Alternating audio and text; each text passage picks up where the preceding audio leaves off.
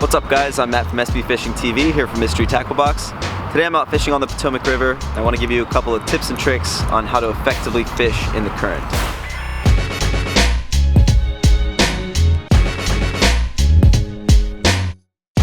So if you find yourself on a body of water that you're fishing with current, it's going to be a lot different than fishing a pond or a lake.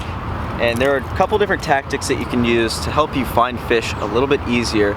So today we're going to go over where to find fish in current, what baits to use, boat positioning, and bait positioning. So as far as baits go in fishing in current or faster moving water, I like to use moving baits.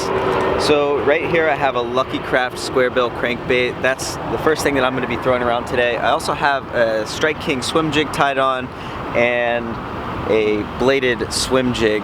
As far as finding fish goes when it comes to fishing current, you really want to look for those areas that have a little bit of slack water behind moving water.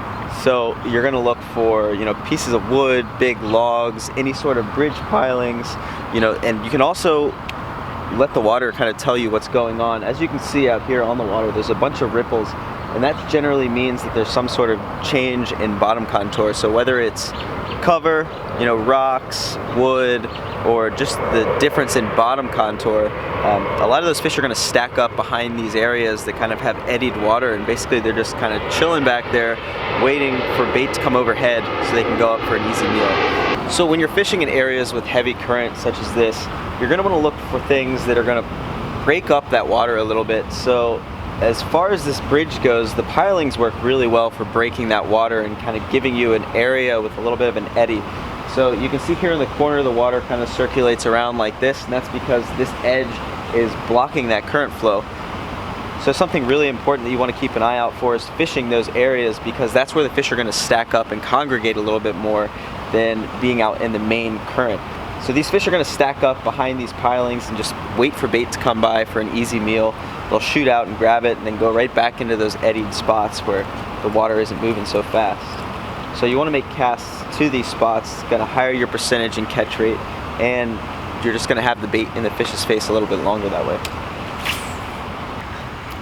I don't know if you guys just saw that right there, but there's actually a small largemouth bass chasing a tiny little minnow right here in that little eddied area that I was just talking about.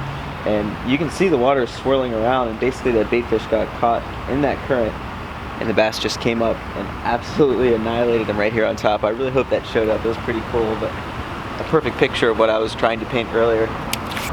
Bait positioning is a really important thing when fishing current. You always want to throw into the current and pull it down. And as far as boat positioning goes, say we're out on the water, you want to face your boat up into the current. And what I like to do is I like to do a technique called back drifting.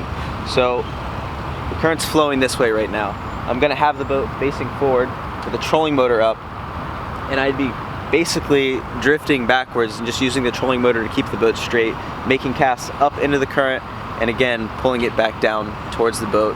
And that's really effective because it's going to keep the bait in the fish's face longer.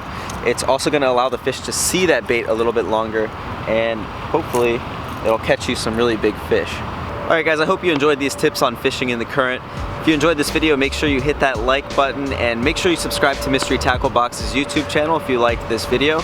Also, if you want awesome baits like these that I've showed you today sent to your house every single month, head over to mysterytacklebox.com and get your first box for as low as $15 a month.